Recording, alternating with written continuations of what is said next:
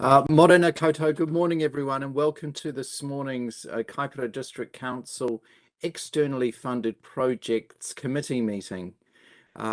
It's my pleasure to welcome everyone here today, and it's good to see you all. We're meeting entirely on the Zoom platform today in order to keep our carbon emissions down. That's part of the decision that the council made regarding these meetings. So it's good to be with you today.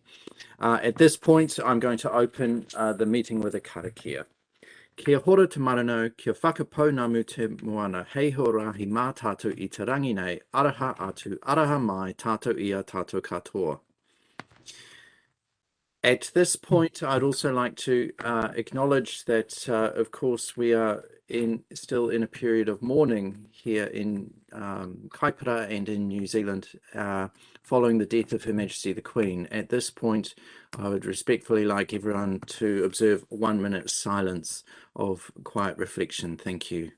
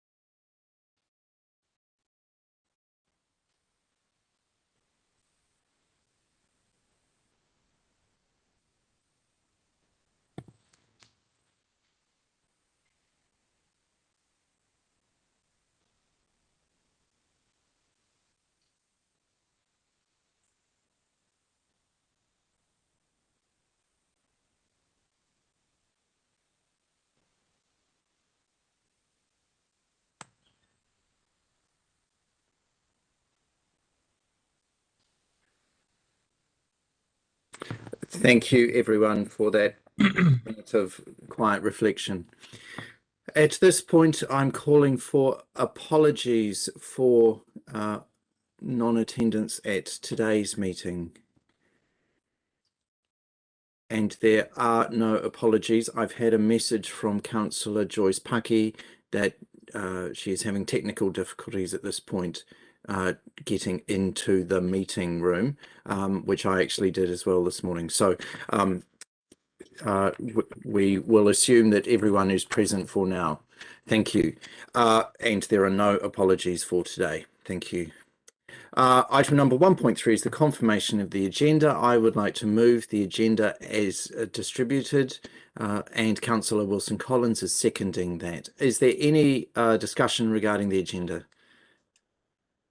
No discussion. Thank you. We're putting that to the vote now regarding the confirmation of the agenda. All those in favour, please raise your hand and say aye. Aye. Against? Carried. Thank you. Thank you. Councillors, are there any conflicts of interest regarding any items on today's agenda? Councillor Wills. Number 3. For number 3, item number 3, thank you, regarding the Kaihu Valley Trail. Thank you. Are there any further conflicts of interest?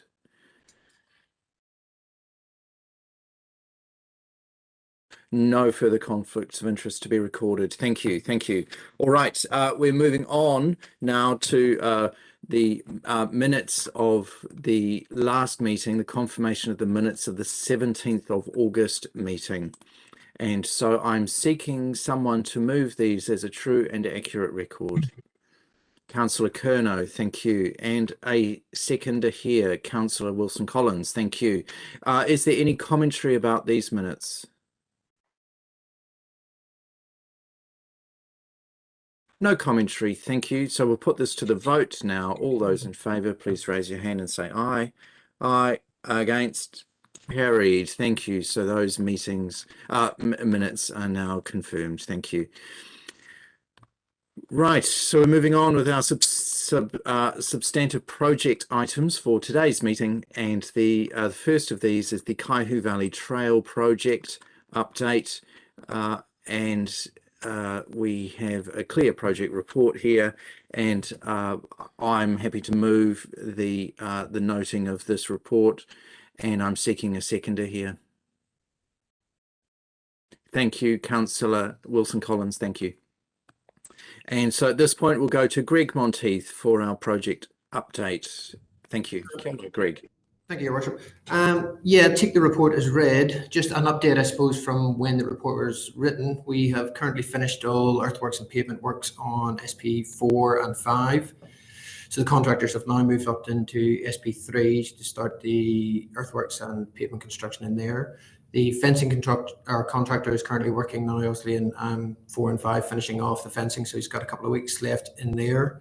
The Ahikiwi Bridge, the design is now finalised, and we're just doing some pavement works to allow access to the bridge for the contractor, and hopefully they will establish in the next couple of weeks.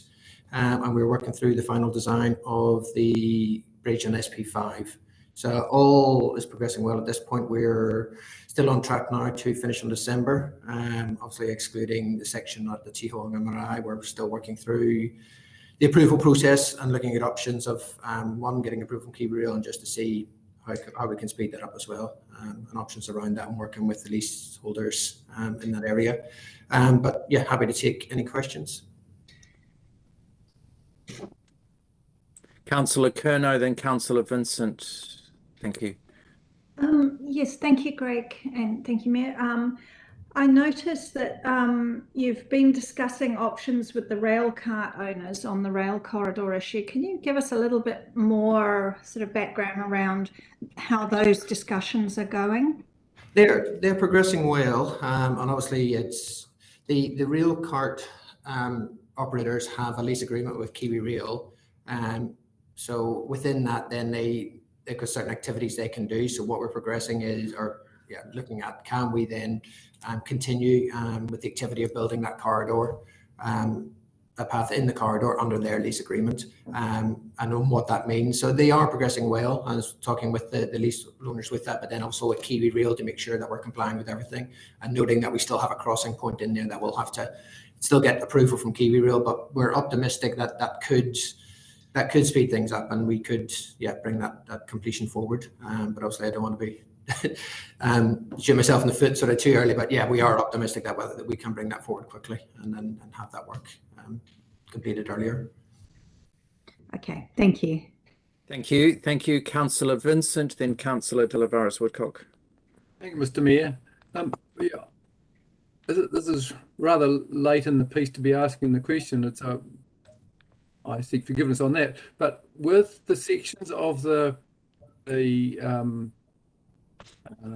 trail that are going to be using the existing roading network, like the council's, a lot of them are sections of low traffic minor roads, will the actual path, if you like, be on the existing carriageway, or will the carriageway be upgraded or widened, or will there be a separate footpath, if you like, on the berm, if you were translating it to an urban situation? With the section, obviously, that we're the state of the path, if we leave it at the moment, the road will be the existing route. So, and the maps are showing, I suppose, the on-road, off-road sort of sections. We won't be upgrading the roads any further than general maintenance and under the maintenance contractors.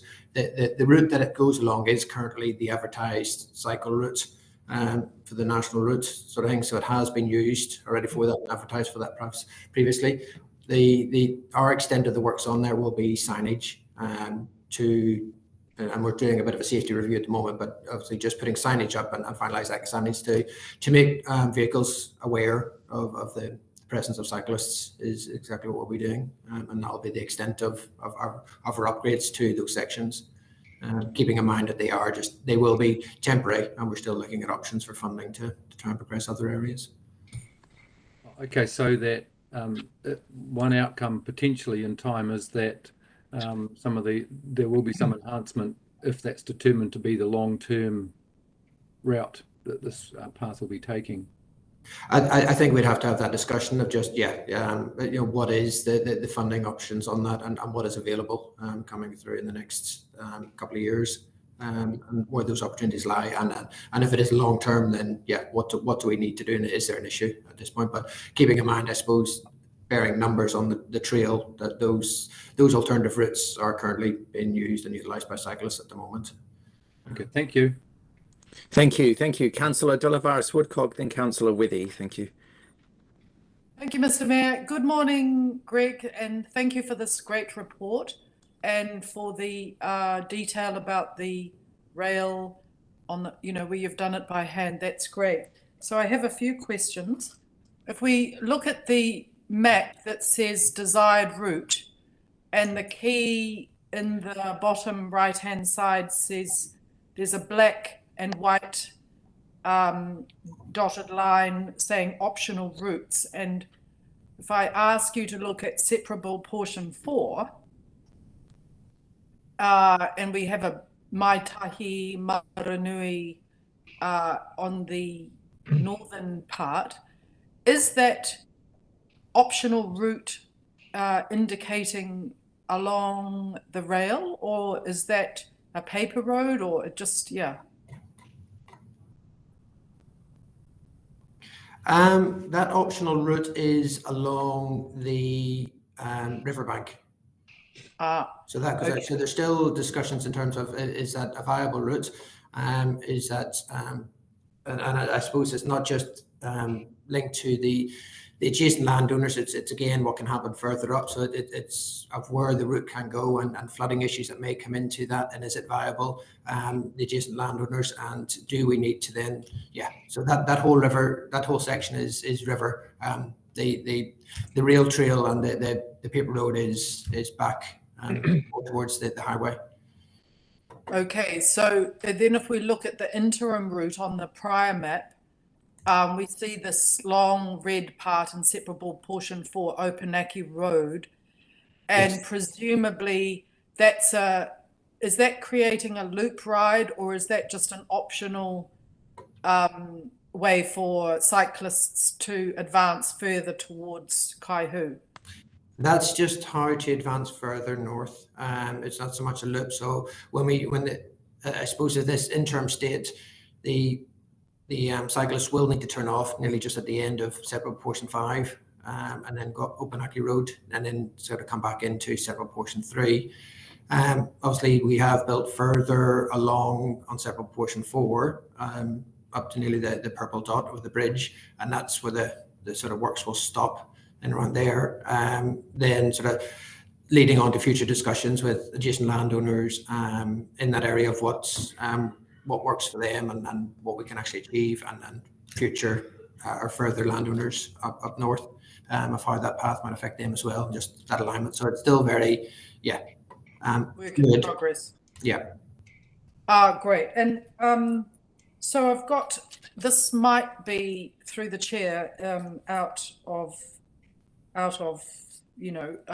agenda, but I was just wondering, the transmission line negotiation with Tilt Renewables, is that this Kaihu Valley team, or does that rest with our other staff? So I can say on that, Councillor De La Varis Woodcock, that we have an item that's coming up on the 28th of September ordinary council meeting on exactly that point, a dedicated item. So I would in the using the jargon of the day and the item, I'd treat them as separable portions myself here. Thank you. Thank you, Mr. Mayor. So now my final question for Greg is, loving the picture of the staff visit to the trail along, it looks like a beautiful little pathway between a line of poplar trees. And I'm just wondering, is that the actual route, or was that a race that's now been converted into the trail? Or could you please, because it looks like it's been there for 100 years. I'm just wondering. Sorry, I'm just scrolling down to the first. No, that's page the 15. Yeah, so that the pictures there and with the people walking is all the new route. We are obviously going through just as part of the construction and as part of the construction phase to make sure that we're going along and treating any weeds that are coming up through there. So that was noted on that walkover. So the contractors are going out and maintaining the path at the moment until we get to a point where we hand that over to the maintenance team, and then obviously those will become regular things. So it does look like it's been there for a while, but I think that's the weeds coming through. So we just I just would like to say I'm delighted because there's some serendipitous way that there's been shade trees planted in an avenue along what must have been a race. Is that correct? No, that wasn't a race before. That was just the route of where we've been. I suppose I think that the trees were also being planted historically by, I'd say, adjacent landowners. So I don't think we've done any there. That was a race, that section. I think there is areas where we are adjacent races where we've had to do work on the race, but we've built the path adjacent to it to make sure that obviously the farmers can still do what they need to do. Okay, and then one final question. You may not be able to answer it because you're a roading man, but you know where these people are walking on the field visit and we see the grassed area on the right, is that one of the areas that could receive riparian planting for that swale there? No, the Moana project I think is more based along the actual river, the main river, and I think that's the criteria for the funding that NRC have around that and that program. So it's more where we talked about that river route is a possibility that sort of feeds into there that we could align if we did have the path going that it could align with the riparian planting and that Moana project, I think they call it. So it'd be the main river, not that swale drain. Awesome. Thank you for your great work. Keep it up. Thank you. Councillor Wethy, question. Yeah, thank you, Mr. Mayor. Hi, Greg. Look, just turning to page 2 of your report, that's page 11, I think, on the agenda. You make a comment about the project team is looking to gain more funding from other sources to complete the final alignment. Now, you mentioned a total of $673,000 has already been obtained, but what I'm seeking is what is the total likely funding required? In other words, we might have got 673, but if we need 10 million, that's only a drop in the bucket. But if it's only a million, well, we're 63% there. I want to get a feel for that. Can you Well, it's still, I suppose the final costs and the team is not within the construction team, but obviously the NTA, the asset team are looking at a business case there and looking at the options and the costing of that high level costings. The initial high level costings that were done back in the day when the original application went in was $9 million for the full route. But obviously with what we're doing and cost escalations and things changing and the possible route changing, it could change the cost of that as well. So we're currently working through that. The options of looking for alternative funding sort of starts with the business case, making sure we've done the assessment of all the options, putting the costs in there, and then seeking funding through either the RLTP and NCTA or any other sort of PGF funding likes that come along. But it will be in excess of several $1 million that we'll need for the rest of the trail. So at this stage, you really don't have too much of an idea of what that funding shortfall is likely to be? No, I think we're working through that process with the business case and the team at the moment, which will put indicative costs. I know it will be more than the original 9 million that we had. A couple of years ago. Thank you. Right, thank you. Elected members, are there any further questions for clarification of Greg?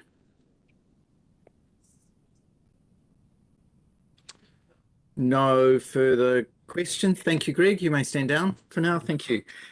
So just a quick statement from me. You know, I'm delighted to see the progress that's being made here, that the council officers are being reflexive, that they're overcoming barriers as they arise and speed bumps in the road, really, for this whole Kaihu Valley Trail project. It's a project of great vision and long-term vision, and it's making very, very steady progress. The maps are enormously helpful. I'm a lover of a good map, and these maps and the multiple maps regarding an interim map and a desired map and a here's a slightly hand-drawn map is all really helpful information for me and for the community to see the path that we're on here, because this Kaihu Valley Trail is so much of it is potentially on roads and not actually on the old rail line, but on all sorts of other routes, including along the riverbank. It's going to be a very, very rich and diverse experience for the travellers on it. Can't wait for it to be underway as an open event and open location and destination. It's as a ripper. So congratulations, Greg, and keep this rolling, and please keep the approach of just taking the speed bumps as they emerge and dealing with them one at a time. Thank you. Thank you. Councillor Wilson-Collins is the seconder. Thank you, Mr. Mayor. Yeah, just a huge thanks to Greg and all the team that's involved behind the scenes. It's just really great to see this project actually coming to fruition. It's been spoken about for as long as I've been on council, and even further ago than that. So I'm now in the market for a second-hand bike, so I can be ready for December to go for a little bike ride on this trail. Super excited. Thank you, everybody. Thank you. Councillor De Lavares Woodcock. Thank you, Mr. Mayor.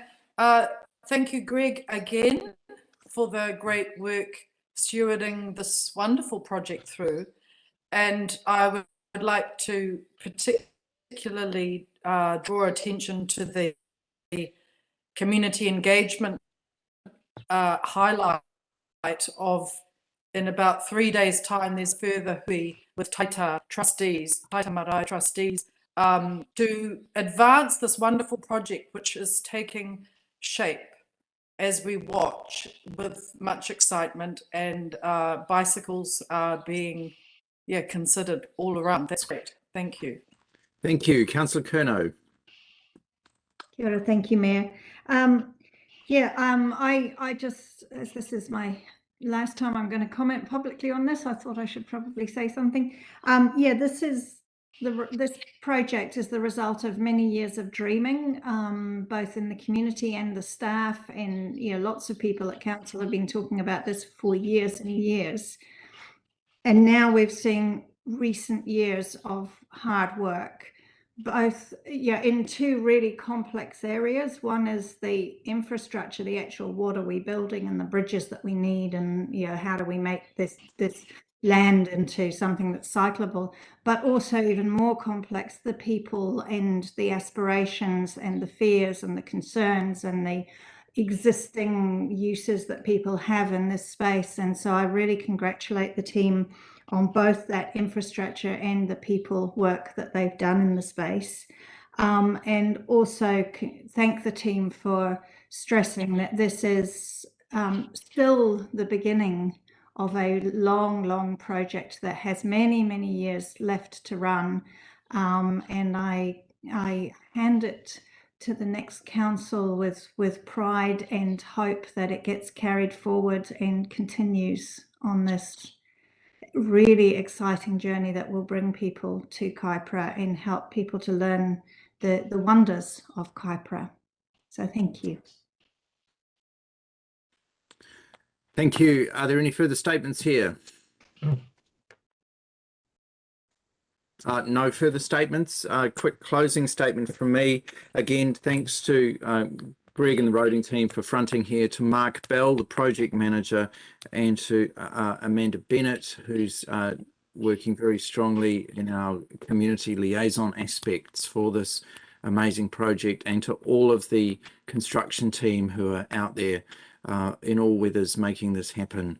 It really is an extraordinary, great project with great potential, and I'm very much looking forward to opening milestones that will be happening in the very near horizon, but after this council that we currently are with. So yes, thank you to everyone for the journey that this is on, and it's looking incredibly promising. So good luck to the Kaihu Valley Trail. Putting this to the vote now. All those in favour, please raise your hand and say aye. Aye. Against? Carried. Thank you. Moving on to the Mangawhai Shared Path projects here. Councillor Wethy is moving this. The noting of this report, and a seconder for this will be Councillor Curnow. Thank you. And we are with Greg Monteith again. Kia ora, Greg. Your Worship. Yes, take the report as read. Updates really, I suppose where we're at now is just finishing off the phase 1 works, which is predominantly just in the community park. So I think the earthworks are well progressed. Path construction starting shortly, and I think we've got several weeks in there, so I think we'll be finished mid-October in that area, give or take a few days. And obviously just a few final areas and bits to close off on the phase 1, obviously just with the quality of some issues and different things going on at the moment. Phase 2, obviously we're just waiting to progress that and start works again in October. Late October sort of sometime of getting mobilised, so we're just working through all those elements now at the moment. But yeah, hope to be on site and get things moving. I'm happy to take any questions. Councillor Wethy. Thank you, Mr. Mayor. Yeah, hi, Greg.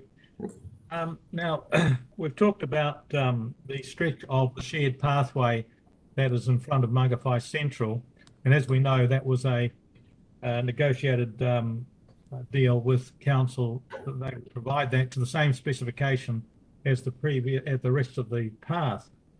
Now, if you look along there appears to be quite a significant fall from across the width of that section of path up to probably 100 to 150 millimeters from east to west. Now, that doesn't seem to be the case on any other part of the shared path, and I'm just wondering, what's the reason for this? Is that meant to be like that, or is that something that's going to have to be rectified? No, there's certainly specifications that the path has to be constructed to, and there is a crossfall, if that's what we're talking of, just across the path of a maximum of 2%, I think it is. So we'll have to comply with that and the requirements of that. So the team will need to check that, and I'll raise that with them to make sure that it is along with that. Yeah. Well, 2% is 60 millimeters, and certainly by the eye, and I haven't measured it with a level, but it certainly seems to be more. But I think that should be checked, because we have already had issues of that segment of the shared path being installed without sort of consultation with the project team to make sure that any variations to specification are acceptable. So I wouldn't like to. Now, there's also no mention in your report about the need for some retaining on the east side along sections of that path where it is below the level of the adjoining property, and of course it's going to have quite significant, if you like, sediment washing onto the path whenever we have heavy rain. Now, I see they're doing some work there now. Can you give us an update on that, please? Sorry, what section is this? In front of Mangawhai Central still. I would have to go away and check. Sorry, I can't answer that at the moment, but we can certainly go away and come back and follow up with an email report back to you. Okay, thank you, because obviously we don't want to accept a section of path which then has problems, and council ends up having to put a nib wall down at its own expense when that deal should have been done fit for purpose. So I think you should really keep a close eye on that. Thank you. Thank you. We're going to Councillor Curnow, then Councillor De Livaris Woodcock. Thank you. Thank you, Mayor. Greg, I'm just looking at page 28 of the report, and there's some pictures of the path going through the park. And the top right one, the caption under that is section of rough road that is being investigated. Could you just clarify what that's about, what that means? Being investigated for what? Yeah, I'm not sure in terms of the wording of that. I suppose what we've got is just, in my mind, is just a number of snapshots of the path location of where it's going through the park, and that's the earthworks of that section at the moment. Excuse me, Greg, if you look at it, the actual description for the photograph is above the photograph, not below it. Yeah, okay, right. Sorry, I withdraw my question then. Of Thank course. you. Thank Yes. you. Well spotted, Councillor Weddy. Thank you. Saved us all a lot of time there. Thank you, Councillor Curnow. Further question? No? Lovely. Thank you. Councillor De La Wilcock. Thank you, Mr. Mayor. Can you hear me? Yes. Yes. So my question is the loss of business claims that the council's progressing or processing. Excuse me, Councillor Is De that La funded through Woodcock. insurance or does that come from rates? Councillor De La Woodcock, thank you. Your question, I think, was clear enough for Greg, but I just warn you that it's very crackly, so you may want to turn off your camera in future for next time, all right? But Greg, I think you got the question. Yeah. Any loss of businesses coming through, any costs associated with the project come back to the project costs. So it will be partly funded in obviously by the revenues that we have coming in terms of the MB funding coming in for that project and the Waka funding coming into that. So anything that it involves actually construction of this and including loss of business comes out of that CapEx budget that we've got. So we have to work within that. Thank you, Greg. That's great information. Thank you. Thank you. And a question from me. So the again on page 28 of the agenda here, the photograph again in these photographs with their great captions. You've got here community in the bottom left photograph, community park shared path, hill being cut through to Molesworth Drive. So this is the sand hill that's right against Molesworth Drive. This photo is taken from the, if you like, the north side, looking in the direction of Molesworth Drive, but it's going near Maz, and it's going to be taking down the entire sandhill here. Yes? It's going to be cut through, sorry, at the grades required. I don't know if it'll be taken down the whole sandcastle. I'll have to check with Tim to the extent of that, but it'll just be cut down to achieve the required gradient to get through. Okay, thank you. Thank you. And that's definitely the phrase of the day. Thank you. I don't know if anyone else caught that. Don't know if they'll be taking out the whole sandcastle, said Greg. I love that. Thank you. In the spirit of Maz there in the great play space in Kaipara. Thank you. Thank you. Councillor Larson. Thank you, Mr. Mayor. Thanks, Greg. I just wanted a question about sections 6B and 5, which is up Molesworth Drive and around to Wood Street on, you know where I'm talking about? Yeah, I can see, yep. Yeah. They are still as originally planned on the eastern side of Molesworth Drive. Is that correct? That's correct, yeah, at the moment, yeah. Right. No, I just had heard some talk at one stage about section 5 crossing over and going on the western side, and I was just hoping that wasn't there hadn't been a change of direction. If you can confirm that would be great. Yeah. Not that I'm aware of at the moment. Obviously, those section 5s is we're undertaking the detailed design of that at the moment, and the intent is always to have as few crossings as possible and keep it on the one side because it's excellent. No, that's excellent. I did hear something, and you hear things that aren't true sometimes. So I thought I'd better check that we weren't going to end up having a crossing on that proximity of that corner or something like that, which I'm sure would have been flushed out anyway. Thanks very much. All right, thank you. Are there any further questions for clarification? No further questions. Thank you, Greg. Thank you. You may stand down at this point. Councillor Wethy, kia ora. Yeah. Thank you, Mr. Mayor. Yeah, no, the project is progressing, continuing to progress very well. I think everyone's got a great deal of expectation for its completion and also the start to the stage 2 on the bridges, which is obviously going to be later next year. But no, everything's going well, and I think now that we're hopefully into better construction weather, we'll see even more progress to finish off the bits that are being undertaken at present. So well done to the team and keep on the good work.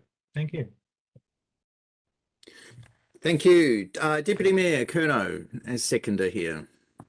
Just a short congratulations to the team on the work on this project. It is fundamentally important to joining Mangawhai together as it grows, and it's been a great project in terms of the work that's done, and again it's the work and the way that we've worked with people who are involved in the project. So a real congratulations to the team on both those counts. Thank you. Further statements here. Councillor Joyce Paki. Kia ora, thank you, Mr. Mayor. I just want to say, yeah, congrats. It's not until you actually go out there and see the work that's going on and then understand the what they're trying to achieve as a result of some pretty big issues to get from one side to the other, or just to get around Mangawhai. I think I've taken people over there in the last few weeks, and it's been quite enlightening for a lot of people to understand what the real issues are there from getting from one side to the other. So massive piece of work. It looks great, and can't wait to see it land. Kia ora. Kia ora. Are there further statements?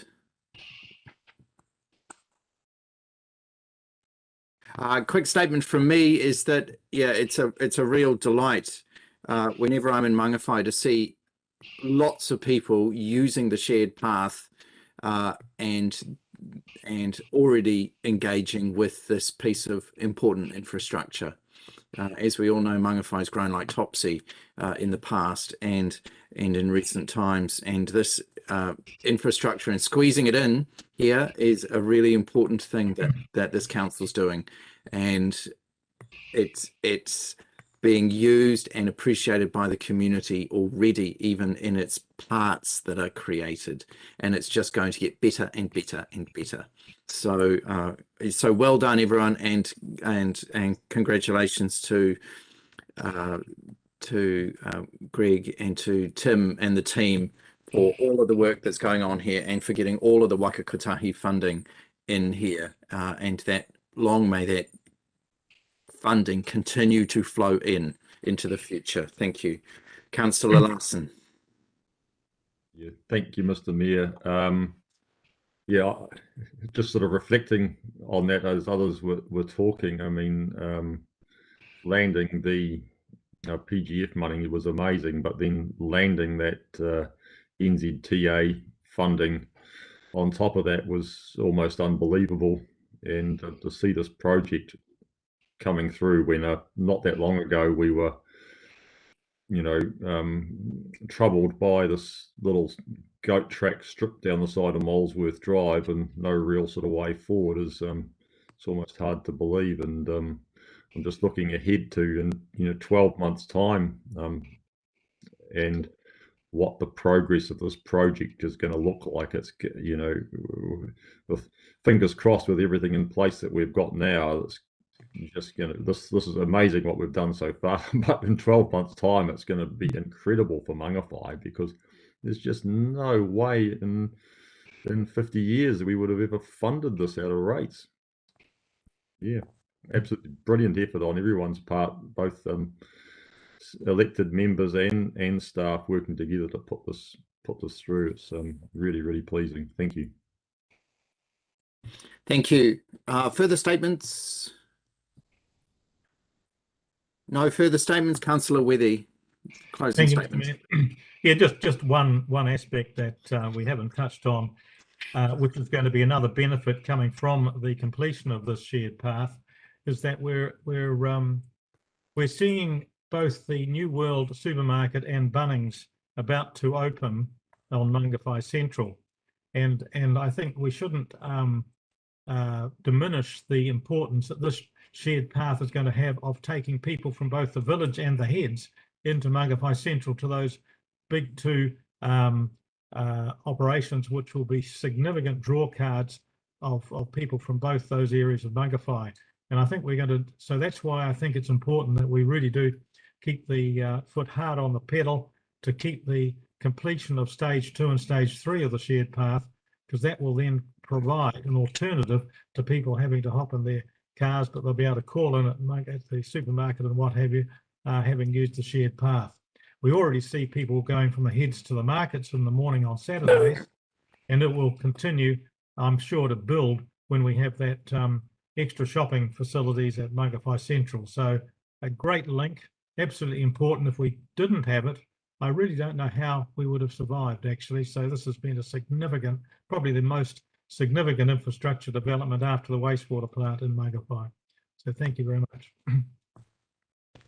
Thank you. Thank you. Right, putting this to the vote now on the noting of this item. All those in favour, please raise your hand and say aye. Aye. Against? Carried. Thank you. Thank you, Greg. And good luck out there and best wishes with the NTA. Thank you. We're moving on to the Kai irrigation project, and we're going to be joined by Diane Miller for this item. And so for this, I'm seeking someone to note the recommendations for this report. Councillor Curnow, thank you. And I'm seeking a seconder here, Councillor Joyce Paki. Thank you. This is for the Kai Water Irrigation Project. Thank you, Di.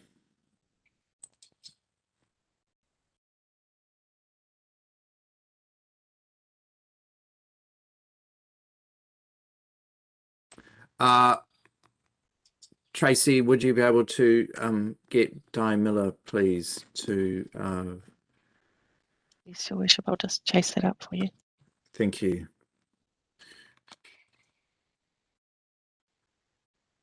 Look, I'll just fill the air, unaccustomed as I am to hot air. The e-bike that I have now has a little carriage on it for carrying the dog. It's called a buddy rider. It's a bit of a promotion placement there. And so the dog that you'll all know, Louis the dog, sits in between the handlebars. It's not in a basket, but in between the handlebars. So we've already been on the shared path, of course, several times in Mangawhai. And but the interesting thing I'm noting, Councillor, whether your commentary about people using the shared path to get to Bunnings and the shared path to get to New World, and I think it's going to be really fascinating because there could be a massive uptake in baskets and various trailers being hauled behind bikes, if you like, if people are going to be needing to take all their belongings from Bunnings back to their house in Mangawhai Heads. It could be absolutely fascinating. Could be very busy, the Mangawhai shared path. We'll have to develop a basket case. Indeed, indeed. Well said. Great dad joke of the morning. Gosh, they're all coming thick and fast this morning. Thank you, Di Miller. Kia ora. Thank you for joining us. And we're here to talk about the Kai irrigation project. Kia ora, everyone. Sorry about my technical difficulties a moment ago. I disappeared there briefly. All right, so Kai Water is the project team are getting organised around their next season at the moment. So we're looking at planting up at Manganui Bluff some squash, which is going in November. And there's 2 lots of sunflower crops going in at Tecoporo in October and December. So busy around that, and then those harvesting dates are around March next year for the squash, and then March and April for the sunflowers in Tecoporo. Kurt, our project manager, is just working with Northland Inc. at the moment to make sure that the management contract is fit for purpose, and is going to support them through this last stage as we come to the end of this project. So he's reviewing the details of that. But I believe it would be minor tweaks that would be needed if anything there. But otherwise, looking forward to seeing how those crops go. Thank you, Councillor Curnow. Question. Thank you, Mayor. I just I noticed that in the risks list there is a risk of insufficient water, but I think was it last year that we had problems getting the planting in because it was too wet. Should that be a risk on the project risks register, given that we're still way too wet for that planting to happen at the moment, because I don't believe they can get machinery on at the moment. Yeah. Yeah, through the chair, yes, I think you're right. It should be a risk that we should note and manage on the register. Yeah, I mean, at this stage the weather looks great, but we're a little way out from doing that planting yet. And then another conversation I had with Kurt there recently was around that, the actual creek itself and drawing the water out of there at those levels. I think that risk is in the register, but it's something that we need to keep a close eye on and manage appropriately. So yes. Thank you. And just a second question, in the activities going forward, did you say that the first round of sunflowers is likely to go in October? Yes, that's right. So I'm just wondering whether the report should mention that in the coming month we'll be putting, although I guess maybe the timing of the report, but yeah, it just sort of feels that there isn't a lot in the report that reflects that October is actually really important, because that's when we start that first round of planting. Yeah, okay. Yeah. Thank you. It might be helpful in future reports just to include that table that we've had from the bigger report about the planting, just the table of when things are going in, so that the future council can really understand what the schedule is and what the risks are around it. Yeah, no, good point. Thank you. Okay, thank you. Thank you. Further questions for clarification, Councillor Joyce Paki. Thank you. I'm just interested to know, there was some issues raised at a previous meeting or around the, I'm going to try and put this nicely, the theft of some of that product. And we talked about it to a length of trying to find some ways of mitigating that. Has that been dealt with? And I'll talk about Manganui Bluff, because I see it's the same crop going in there. Or yeah, has there been some work done around that, and have we got a plan? Yeah, Councillor Joyce Paki, I'd need to come back to you on that. I don't actually know the work that's happened around that. One would absolutely hope so, because I am aware that a lot was taken in the last crop. So I'll check in with Kurt and let you know.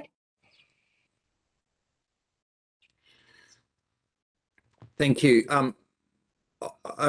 Quick question from me. It's not really talked about in this report, and this report may have been written prior to recent announcements about the seasonal weather forecast, because we are now, it was announced last week that we're headed into a record third season of La Nina, and so that is forecast, and what that does for the forecast for rainfall for Northland, and then there are predictions of record heat coming in the summer ahead, just as there were in the Northern Hemisphere this summer, and so on and so on. And so I think for future reports, it would be quite interesting literally to have like a weather eye on that for at this time of year, so that you go, well, actually sunflowers could be an absolute boomer. Yeah, and the irrigation notion could be very, very tested, because if it's a very hot, dry summer and a drought potentially, possibly. But it's those sorts of future predictions into that space, because yeah.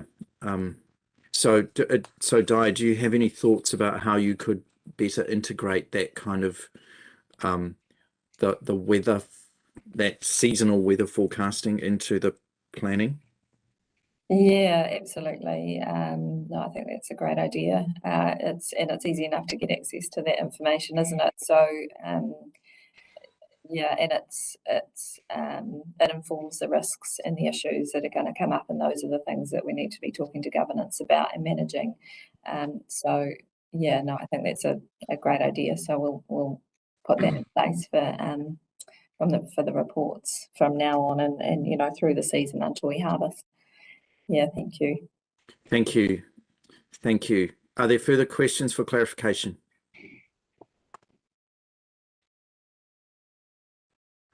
No further questions. Di, for the moment, you may stand down. Thank you. Councillor Curnow, Deputy Mayor, over to you for a statement. Thank you. Yes, just this year has been a year where there's been a lot more detailed planning and care being put into this project. So I'm really excited about the possibility of showing what we were hoping to show last year, which is the impacts of water availability. So yeah, I really encourage the team to really keep an eye on the detail, keep tight on this, so that we can do what we're trying to do, which is demonstrate the water.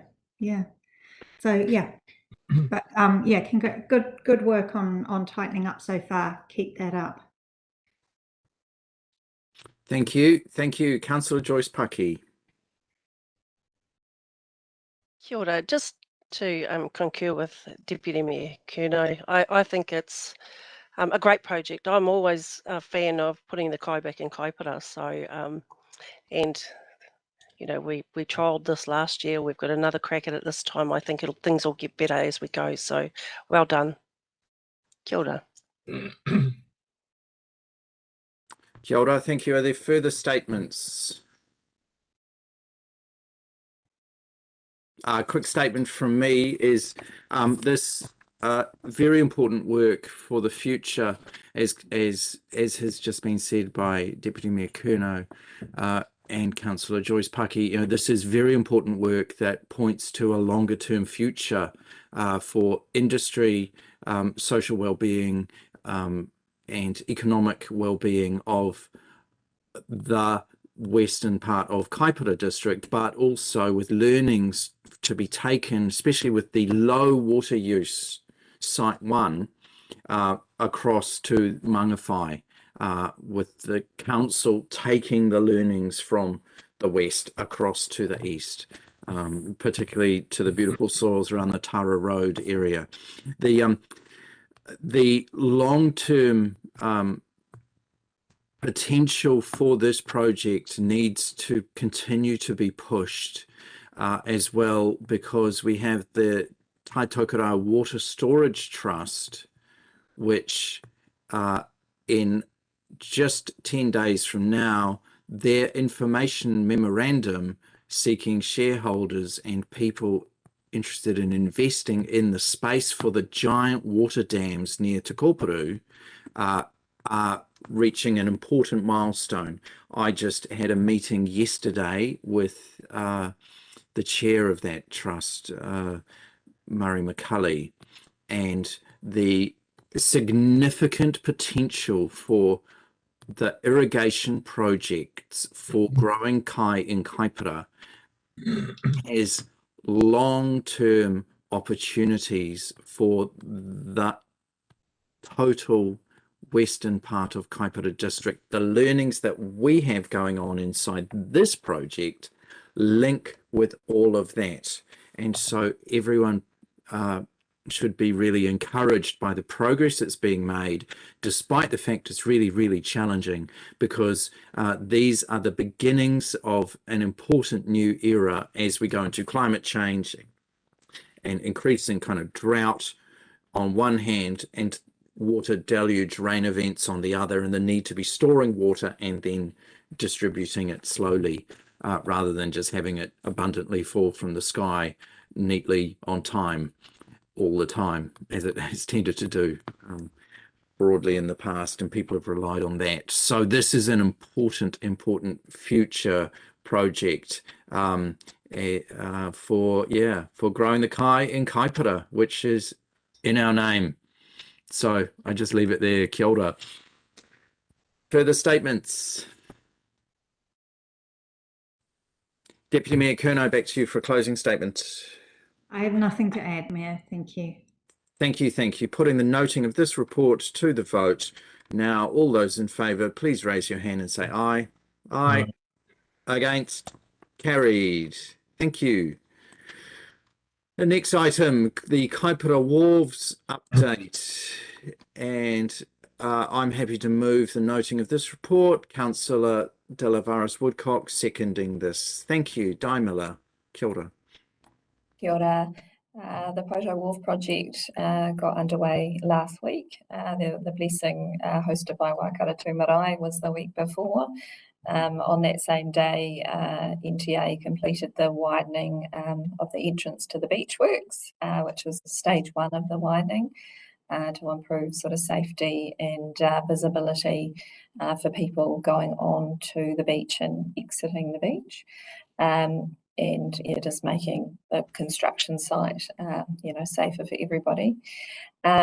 So yeah, last week the construction crew landed in Poto, and they are underway, and which is fantastic. The procurement of materials was something that I've consistently talked about through the reports, and just the uncertainty around that with supply chains and the like.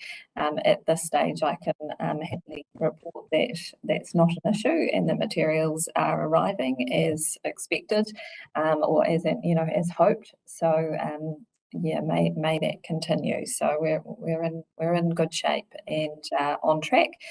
But should things get a little bit tricky with materials, there is flexibility in that construction methodology about how they go about building the wharf. So there is, it's not like they'd be sort of sitting around twiddling their thumbs as such. They can sort of move to another part of the build.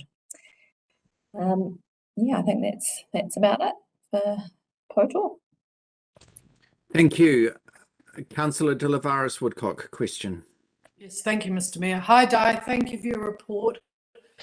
I'm looking at the second image of the proposed widening of the beach access, and I'm concerned about it because of the loss of trees. Quite a large cut seems to be planned, and I'm wondering if that's just an overreach for safety. And from having lived in Poto for 5.5 years, every little bit of greenery at that point and on that whole peninsula, in fact, is so precious. It's a dry place in the summer and shade is needed, and I'm just would like to signal concern that amount of loss of greenery and seems extreme for me. Have you any comment? Thank you. Thank you. Through the chair, that second cut is a concept, I suppose, if you like. It's not locked in. So Waikato Tū Marae support that level of cut at this stage, but my understanding is that it's NTA's intention to consult with the community on it before it's finalised. So it's indicative at this stage. But yeah, take your point on the trees, and we need to hear from the community about that. On a positive note, on the northern bank, which is the left bank as you're going into the beach, we were able to preserve a 4-metre Pohutukawa last week, which we thought was going to have to come out. So that was a win. Thank you. Yeah, it just seems like we might. I think it's great that the wharf gets built first and then this further widening is considered. It may be good to collect information, about access safety for pedestrians mixing with cars, because there are other ways like you can, yeah. So just signalling that thank you, for Councillor De La investigation and further consideration. Thank you for your statement there, Councillor De La Woodcock. Thank you. Back to questions here, Councillor Wills. Thank you. Thanks, Mr. Mayor. My question is the complete opposite, since I've actually walked to the track since it's been the first cut's been put there. That the contractors didn't actually widen it to the. Sorry, this is the question. the contractors didn't actually widen it to the red mark that they were going to originally. My question is why they're doing it in 2 stages, because the first cut of widening, which was done with that big machinery down there on the opening day, it hardly took away any sand at all. There's very little widening at the base. They've cut into the top, but they've had to, my question is that they've had to bank it down to stop erosion, but by doing so, there's been minimal width added. It doesn't appear that you can get a vehicle and walk safely next to it, Di, at this stage. What was the intention with not wanting to cut and make it safer from the very start? Yeah, it was a bit of a balancing act, Councillor Wills. So well, a couple of things. The community consultation on a wider cut was important, but secondly, it was something that that scope, which was NTA scope, came up later in the piece when the TIF funding was confirmed around the car park and the connecting footpaths to the wharf. Which means that the design work and the investigation work around that cut happen later than would be ideal. So to not impact the wharf schedule, but also create a safer environment, the decision to take a 2-stage approach was taken as being the most appropriate. It would have been quite risky to take a bigger cut in terms of the stable, making sure that bank was stable, and just what that better looked like, and ensuring that it was stabilised. And there was a bit more work for our consultants to do to be confident around that. So the intention to widen it further, that's subject to the engineering report. Is that what you're and more work? So it's not a guarantee. It's just an intention at this stage. Yeah, I'd never say a guarantee, but it is an intention. Yes, they just want to make sure that they can stabilise that bank, and they're not going to do a big cut and the whole thing's just going to slide down, or like they need to make sure that it's going to, it's going to stay where it should. And also, you've mentioned, because your report, thank you, Di. Your report sort of covered over a period from the last meeting where there's been quite a bit with the official opening and the commencement of the process. Is that timeline that you've indicated in your report still on track as far as the construction, as far as the materials being available in that? Yes, I've not heard anything to the contrary. Yes, I believe so. My understanding as of information about a week ago is that that the materials are arriving as they need to arrive, and certainly our construction team, we don't want to leave a wharf unfinished before the Christmas break, and they don't want to be coming back next year either. So and we just must have a complete wharf. So as I said, the materials, from what I understand, are arriving as they'd hoped. And look, there is some. So as you hoped, what is that? Sorry, Di, what does that mean? As I hoped, is there a specific time? Is it like the middle of this month or the end of this month that they actually have pile drivers down there and start work? Yeah, look, there's like some of the steel piles are arriving, ahead of the full lot of steel piles. Same with the hardwood. It's not going to all arrive on site at the same time. I apologise, I don't have a breakdown of the exact, dates that the volumes of the steel piles are arriving and so on. But yeah, I'm assured by SDF, our construction contractor, that there's no risk to our program at this stage. And also you've gone, sorry, one last question, I'll get away from this. You've also indicated that it's gone from amber to green on local labour. Are they going to use some of the local farmers or people to help with that construction? Is Is that the intention? That is the intention, is to do that where possible. So the project manager on site, Phil, who you may have met, he is going to liaise directly with Kaitiaki on facilitating help within the local community. So that's they're connected on that. Thank you. Thank you. Thank you. Councillor Curnow, question.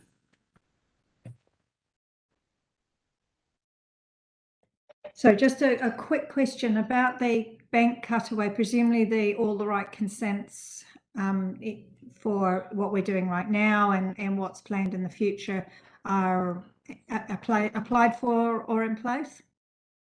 Correct. Yeah, it's because it's a road. We've had it confirmed that we don't need a consent to do work in the road reserve. Okay. And should there, if we do go with the widening, will there be budget for doing some additional planting on the remaining bank? Oh, fair chance there will be, but I wouldn't like to guarantee it. But yes, I would hope so. The talk at this stage has been using using the existing vegetation to stabilise the bank. That will be confirmed. Sorry. All right, thank you.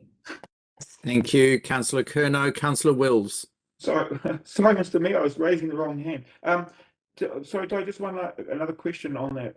The funding that we've had for the adjacent car park that's coming through a different source, is the project team working in tandem with that to get the best outcome for our money?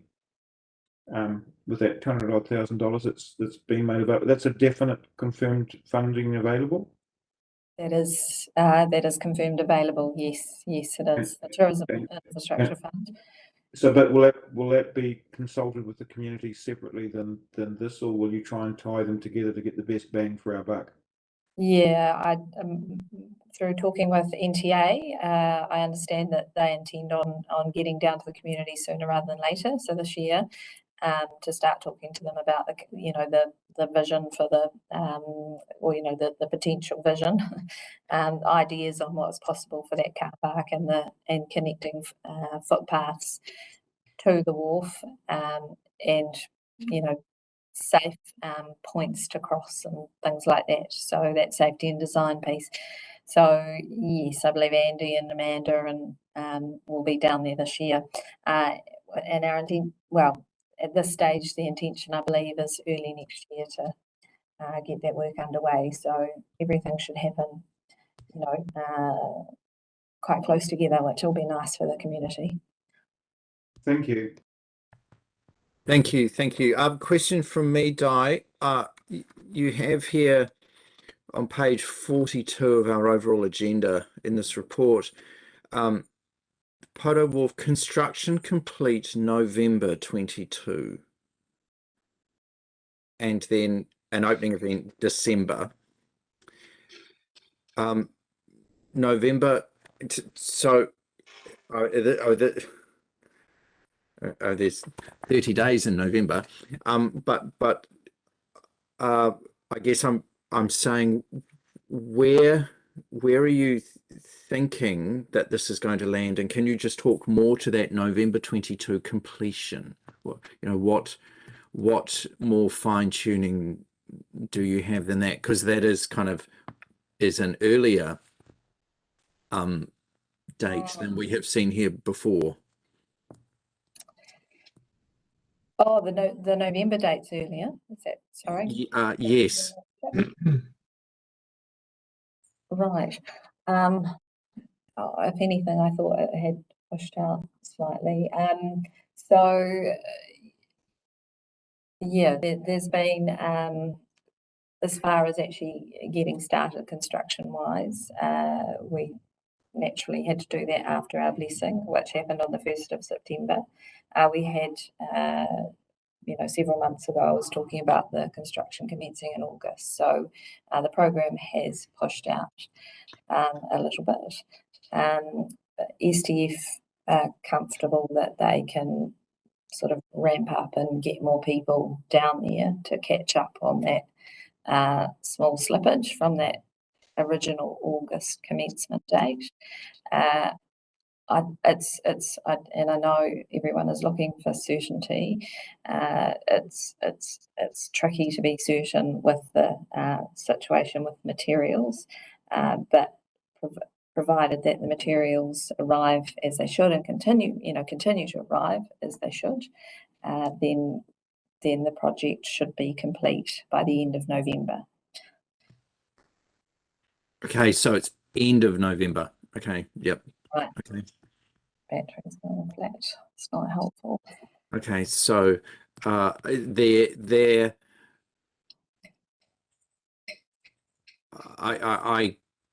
can't know, none of us can know what the governance arrangements will be for the next council term, whether there will be an externally funded projects committee or if there will be any reporting back on this key set of timeframes that are happening across the interregnum period between this council and the next council that our wonderful Kaipara people are about to elect. And so just noting this end November completion date and the governance and oversight of that, and how that may be reported or tracked on through. And I'm just seeking reassurance there, really, I guess, for that. Yeah, we'll do our best around that. Thank you, Your Worship. Okay, thank you. Elected members, are there any further questions for clarification?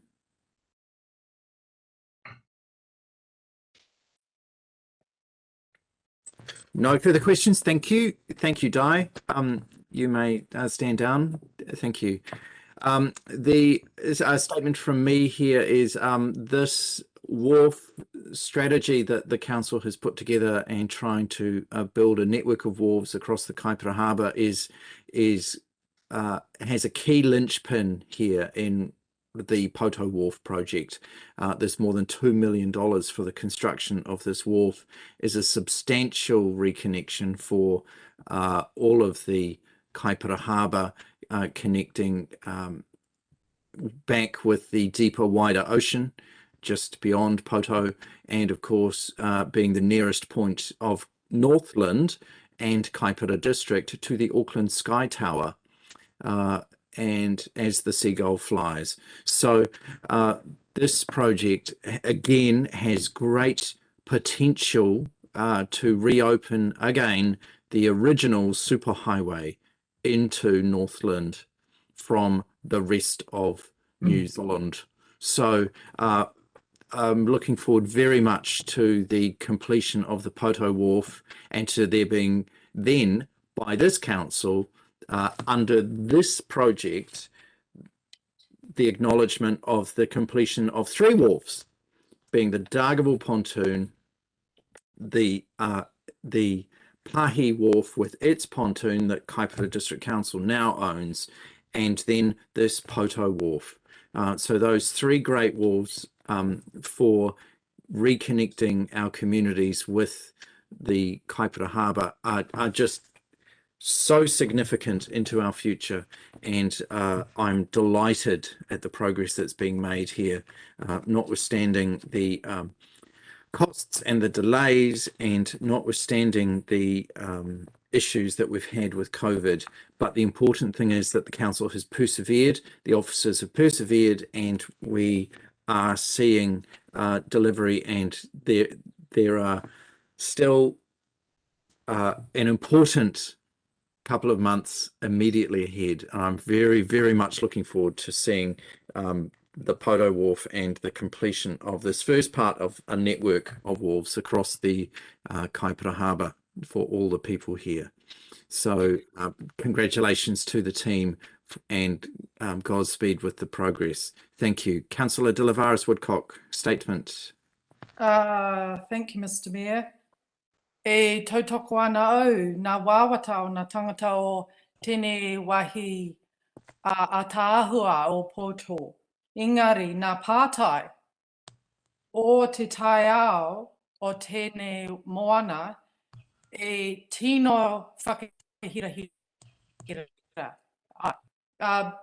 Thank you, people. I felt inspired to use my te reo Māori to commend Dai on a very sensitive approach to the difficult job of project managing the Poto Wharf construction. And the Mayor has spoken very well to the strategic benefits of this infrastructure to the aspirations of Poto community for tourism opportunities and employment creation. With that introduction, I would like to underscore the importance of avoiding any over-engineering of the entranceway. There are tipuna trees there. They are karakas, 2 of them.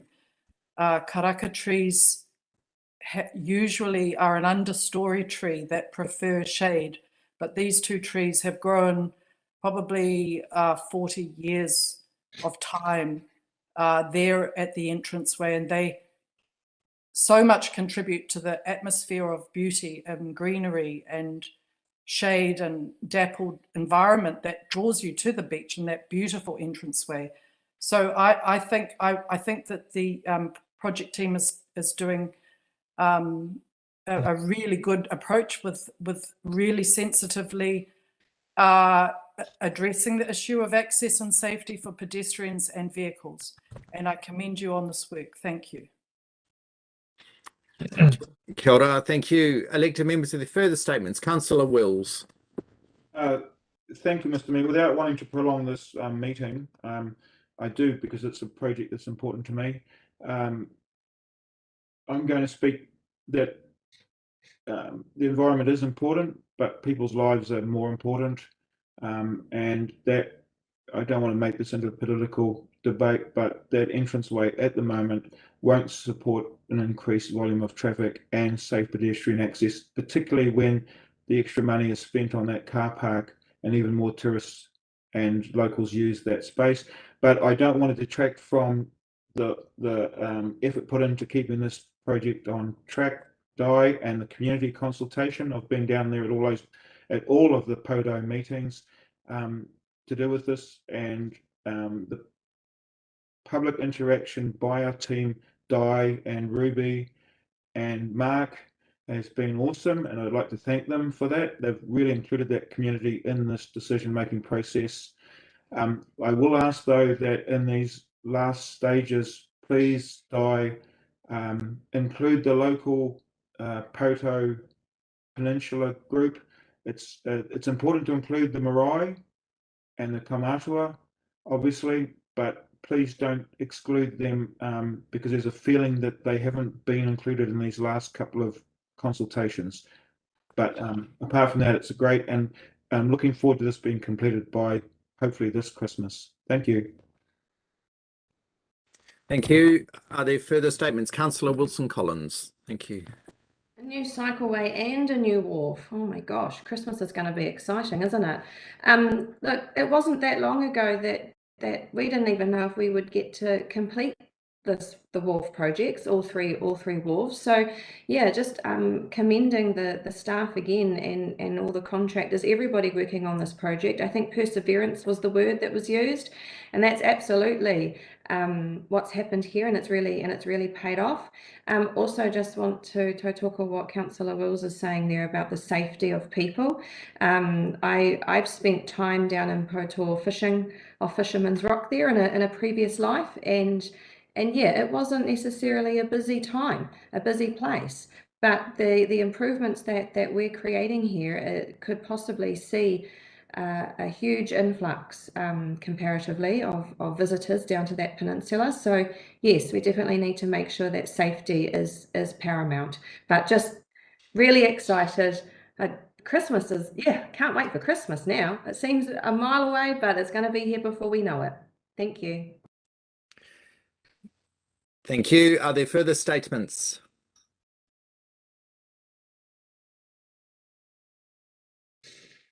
No further statements. Thank you. Just a quick closing statement from me. Yes, I'd like to acknowledge the happy event that the council had 3 weeks ago at the site blessing at the start of September here for the Poto Wharf, and it was a very, very significant day and a coming together of the local community through the marae with the council, and a celebration with the construction team, and in some ways a joining together and a weaving together of the energy forces to make this project work for the final push. As I said there, for myself, it was 20 years ago when I started with a feasibility study wharf project down at Poto 20 years ago. We still have those documentations. So that was when I was doing the economic development work for the council. And so these projects take time. And this is a perfect example of that. So 20 years later, this is coming through. So go Kaipara, yeah, kia kaha Kaipara, mighty Kaipara, and good things take time, and this is a very, very great thing. So it's taken a long period of time. At that point, we're putting this item to the vote, noting now this report and thanking all of the staff very much for the great work that's gone on here. So noting this report and what's in the recommendation here, all those in favour, please raise your hand and say aye. Aye. Against? Carried. Thank you. At this point, we're going to adjourn for a morning tea break of 10 minutes. We'll resume, please, at 11 a.m. See you soon. Ka kite.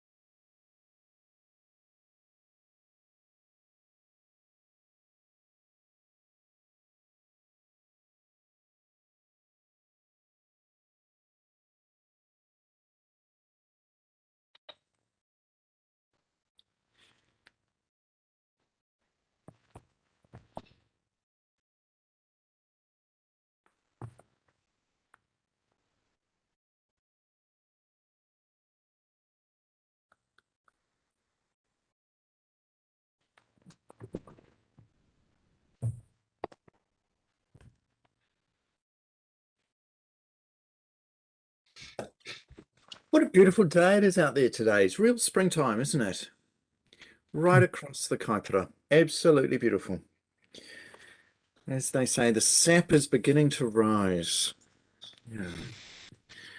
So we have a quorum at this point, so I'm going to recommence our externally funded projects committee meeting at this point. Thank you. And we're picking up now with our Dargaville to Tecoporo Stop Bank project update, and Barry Parson, our infrastructure project manager, is going to lead us here. So I'll just before we get there, so I'm seeking someone to be noting this report, please. Councillor Delavaris Woodcock, thank you, and a seconder for this. Councillor Vincent, thank you. And so I'd like to sorry, as far as I'm concerned, welcome Barry Parsons to this role in this discussion in this committee today. I wasn't at the last meeting of this committee. You may have presented then, but certainly from my perspective, I'm welcoming you here today. So kia ora, Barry, over to you for a quick presentation here. Thank you. Kia ora. Thank you, Mr. Mayor. No, this is the first time I've presented to the council, so yep. Good luck. Stage, we are gentle. We'll be gentle. Thank you. Thank you. No, that's fine. I've fronted up to bodies before, so that's fine. At this stage with the project, running with two streams. One is we're going through the resource consent process with both Kaipara District Council and Northern Regional Council. So that's a work in progress at the moment. And the other stream that we're looking to do some trial works at two locations on the stop banks themselves. We're just trying to get a better feel for the amount of earthworks required and also obviously the costs.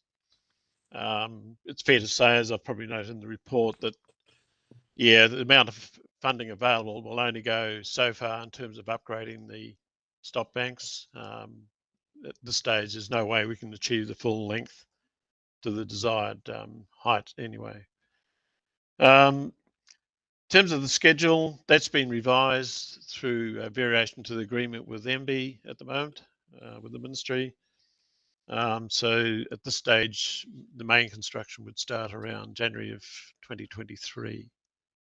And as I said, yeah, with the budget, we'll go as far as we can with the available funds. And then obviously, yeah, any future work will need to be funded either from within council funding or externally, I guess. Yeah.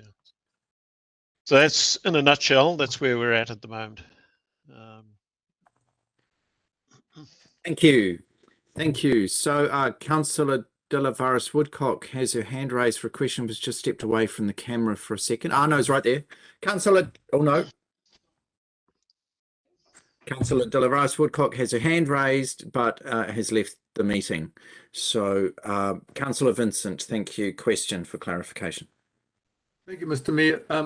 This may be out of scope for the project manager of this project, but I am just starting to think about what the implications are of us finding that for whatever reason, whether it's financial or relating to physical construction, the project is not viable. What are the longer term implications for that part of the Kaipara district in terms of its proneness to flooding and thereby limitations on its future use? Yeah, it's an interesting question, Councillor. It all depends. Well, if you look at some of the history, and you will all know more of the history than I will around here, but the last major flooding event occurred almost 20 or 2 decades ago. But at this stage, we can only progress with the available funding that we've got, and part of that trial work is to demonstrate that, yeah, we can achieve a reasonable amount of the upgrade work. And I'm also looking to use, in terms of the trial work, local contractors. So hopefully the rates will be lower using their capability rather than bringing in external contracts from outside the district, who will obviously bring in higher rates. But yeah, longer term, yeah, it's obviously going to be a decision for council that how that's funded, whether you need to increase targeted rates as well to fund that program. To a large extent, there's quite a bit of maintenance work that's done, not necessarily on this particular stop bank, but certainly on the eastern side of the Wairau River around Raupo. So providing there's sufficient funding, even from a maintenance point of view, then you can probably achieve the same outcome. But for now, yeah, we've got the funding here, that we've just got to try and extend it as much as we can. So, thank you, Barry, for your answer. I'd say, Councillor Vincent, that is a fantastic question and a question for the age, and it can't really be answered regarding scope-wise with the project that we're dealing with here. But it is an important, very important question, and for the future council to be grappling with as it deals with the Climate Adaptation Act part of the Resource Management Act, which hasn't been revealed to us yet. But the next council will be dealing with that, which will address in exactly the scope of what you're talking about, how councils are going to work in that space. So I think that will become clearer for the future council. Well, Thank you. Further question, Councillor Vincent? Well, I'd just like to finish off by saying to thank Mr. Parsons for his answer. He gave me more than I was hoping for. And also, just to make it clear that I'm not querying the approach of a pilot project, which I totally endorse. Thank you. Thank you. Thank you. We're going to Councillor Wilson-Collins and then Councillor Wethy. Thank you. Thank you. Yeah, my question may be along similar lines. Hi, Barry. Nice to meet you. Just in regards to you're talking about making the money go as far as it can. You are meaning beyond the trial? Yes, we will be. At this stage, the trial is expected to take around 2 months because we've got this program start date of late January 2023. So that's when the main construction will kick off then. We've got work going on at the moment, preparing contract documents and to allow that to happen. Yeah. But we just want to complete the trial over the next 2 months to gauge just how much work's involved. In some cases, the amount of earthworks required will be pretty substantial, and we're trying to minimise, to a large extent, the impact on the productivity of the properties affected as well. Okay. We've had concerns around some of the proposed work, and I've met with a number of property owners to address those concerns, and at the moment they're all on board with what's proposed. Great. So I think you've probably answered my next question then, is that we need to conduct that trial before we'll even know how far the money will go. Correct. That's correct, Councillor. Yep. Okay. I'll leave you to do your trial then. Thanks. Thank you. Thank you. Thank you, Councillor Wethy and then Councillor De La Woodcock. Thank you. Yeah, thank you, Mr. Mayor. Yeah, thanks, Barry. Look, just on your report, I know that report was written some time ago in order to get into the agenda for this meeting. But your comments about how far the money will go, it's not a matter, from what I can see, that you're saying that we may not have enough money. It's a matter of we will if we want to do what we had hoped to do. So what my suggestion would be to review your colour amber for the risk that the budget may overrun for the next meeting, and it may well be that you will find it more appropriate to have that as a red category, because it seems to me from your comments that there's not a matter of if the budget overruns, it will be by how much it overruns. Yeah, I totally agree, Councillor. Yeah, and noted as well. Yep. Thank you. Thank you. Councillor De La Woodcock. Thank you, Mr. Mayor, and nice to have you working with us, Mr. Parsons. Thank you for your report. It's a long stop bank to improve, and I was just wondering, more detail has been gathered due to the resource consent process that are being applied for about ownership of the whole stop bank. Does it, is it all on privately owned land, or is there any portions that reside with council ownership? Are you aware? In essence, it's all on privately owned land. The only little bit that maybe in council ownership is at the Tecoporo end, where we're doing a small amount of work, but beyond that, no, it's all private land. I guess that raises the question longer term, yeah, as to who should actually own that particular stop bank. But yeah, that's not for me to answer. No, indeed. We had raised, and I'll just put it in there because why not, a kind of idea, blue skies thinking probably about the stop bank double functioning as an access way, walkway, cycleway, and but you've made it clear that it's obviously would be with the good grace of the landowners. But is that still something that within your remit of thought, or is that a complete red herring at this stage? Yeah, it's more the latter, Councillor. At this stage, all we want to do is just improve the resilience of the structure. But beyond that, for any cycleway or whatever, trail, whatever, that's for another discussion. Yeah. Understood. Very clear. Thank you. Thank you. Are there any further questions for clarification?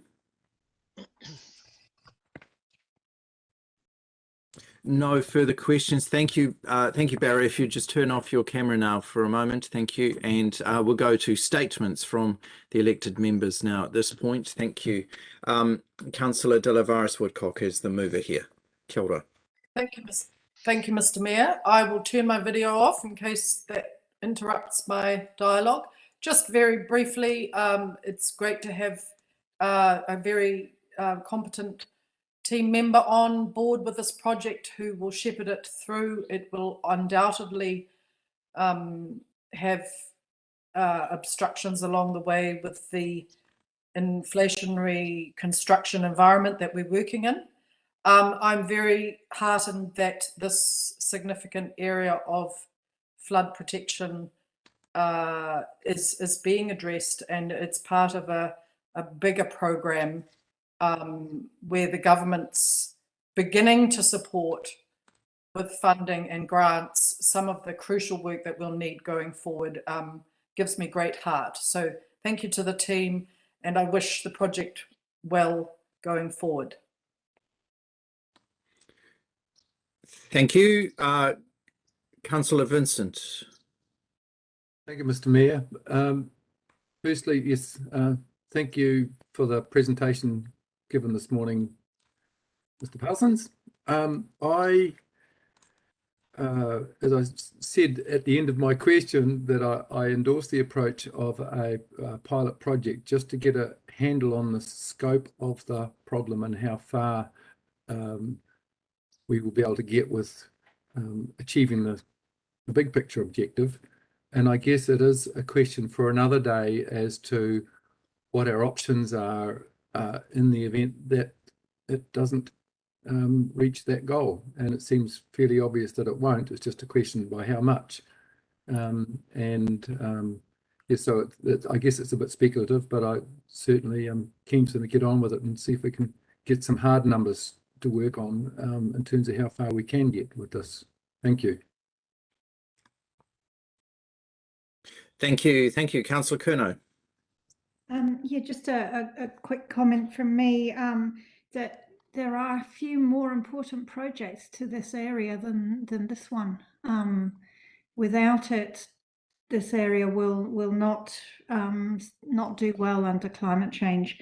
But having said that, the complexity also cannot be underestimated. There's people, land ownership, geotech and infrastructure all mixed into one. So it does lend itself well to the need for a pilot.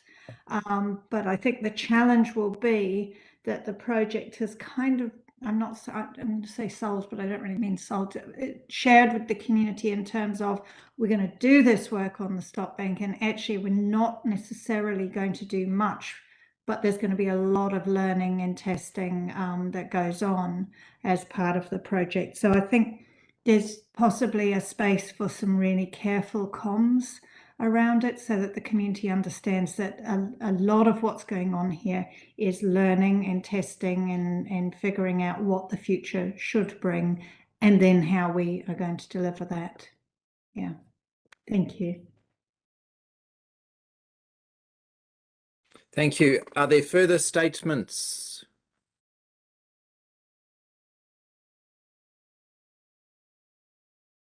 No further statements. All right. Thank you. We'll revert to Councillor de Livaris Woodcock for a closing statement if you would wish. No, thank you, Mr. Mayor. All right. Thank you.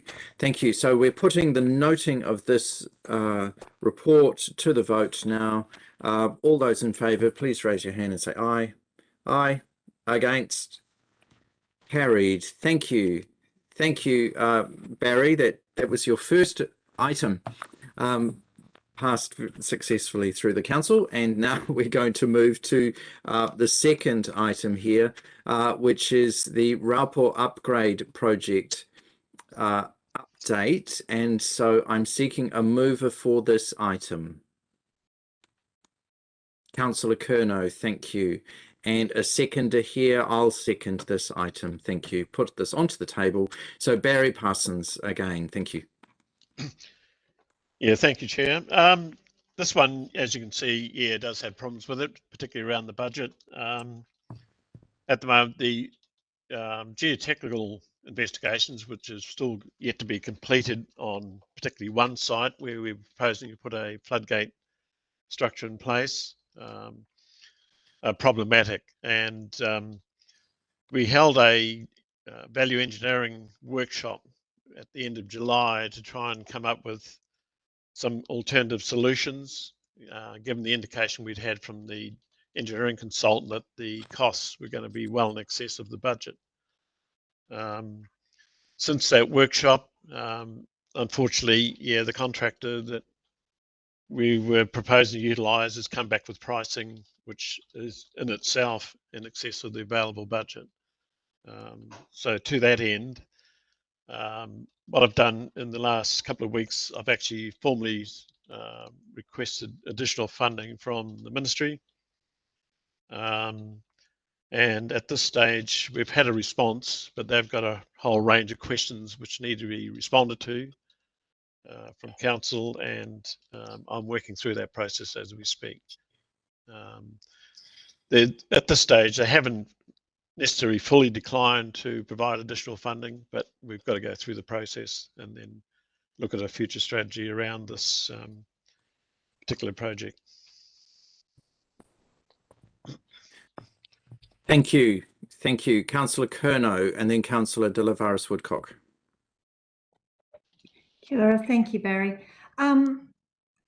Yeah, I'm interested in what you say that the supplier or the contractor has come back with further pricing in excess of the budget or in excess of what was in the previous report. Well, their component has come back at a lot higher value than what was originally proposed when the agreement was signed with the ministry back in, was it 2020?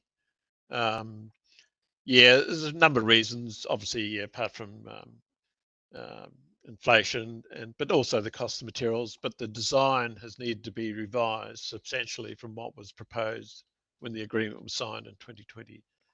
So yeah, obviously there's been an escalation in cost. We thought, because yeah, I'm aware you were at the workshop as well in Ruawai, but yeah, unfortunately, yeah, the expectations being dashed from that point of view, which I thought would be the case. Then obviously on top of that, we've got our own internal costs plus consultants' costs, and yeah, we've come up essentially just for one floodgate with a $2 million shortfall over and above the budget. And in this post the value engineering workshop, my understanding, and certainly the chair of the drainage committee's understanding, was that he would be involved in that repricing work, so that bringing the expertise of that local committee. Did that happen? Not as such, because there was quite a protracted period in terms of getting the pricing back.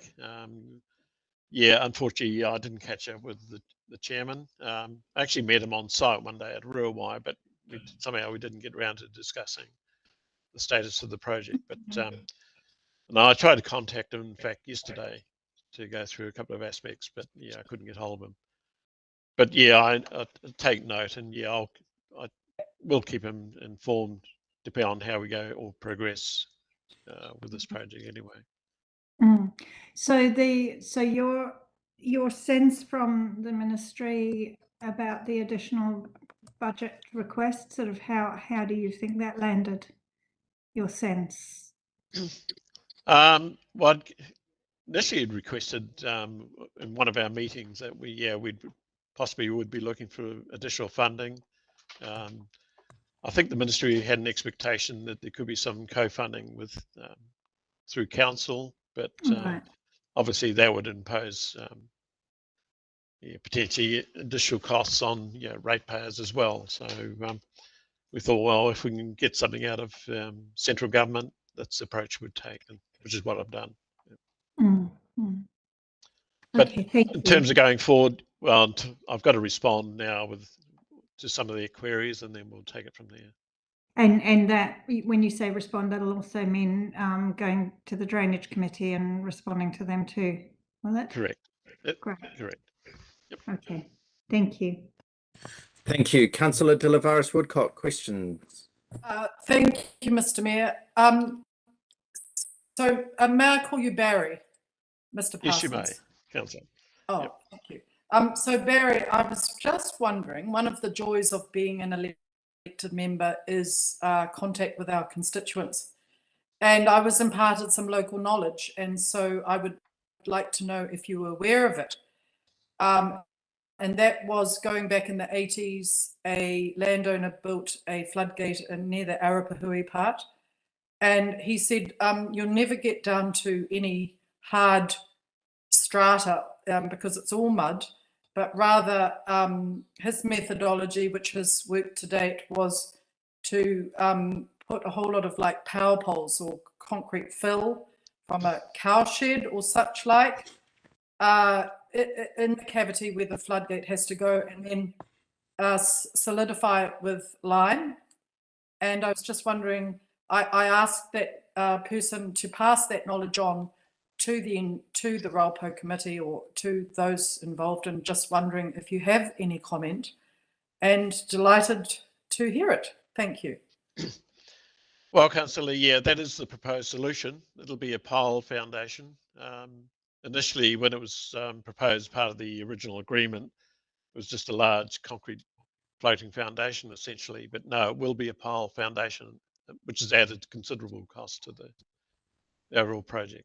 But yeah, no, that is the planned solution, and probably the only solution. What is still yet to be done is some on-site drilling of the particular site, and that was planned to happen, but because of the issue around funding, we've just temporarily put everything on hold until we get something resolved with the ministry. But yeah, we're still going to do some on-site drilling as well to understand the geology below the surface. But yeah, there's a lot of mud, as you say. Well, thank you for receiving my local knowledge. You know, I'm passing it on. Thank you. Thank you, Councillor. Thank you. Are there further questions for clarification? Councillor Vincent. Thank you, Mr. Mayor.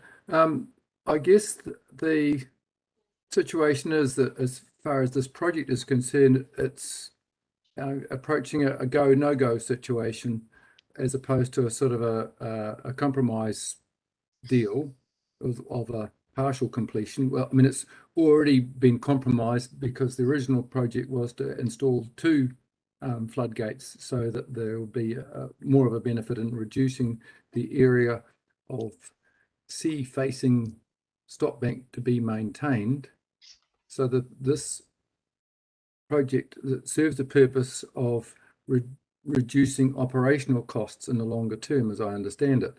And if it doesn't happen, then some other solution will have to be found, or else the costs of maintenance ongoing will get steadily higher. Would that be a reasonable assumption? That's my first question. That's correct. Well, the original estimate to do both gates, if you go back in, I think around 2020, we were looking at potentially a cost of around 9.8 million to do both gates. For whatever reason, we were only given a certain amount of funding. And I guess there was an expectation that whether we could do both gates even then, or we could possibly do one. And that's, yeah, essentially how I've observed it coming in, as late as I have, But so yeah, it's just there's always going to be additional funding required. Because the other option, if you don't do the floodgates, potentially you may have to upgrade around 30 kilometres of stop banks, which is going to impose a big financial requirement as well. So ideally, if we can do one or both structures and one for another, then I think that's probably going to be the beneficial outcome. Okay, thanks for that. That sort of confirms my thinking. So my next question is, and I suppose this is, I just have to ask this. In the event that it's a no-go, is there any prospect of transferring that funding across to the Tecoporo stop bank upgrading project?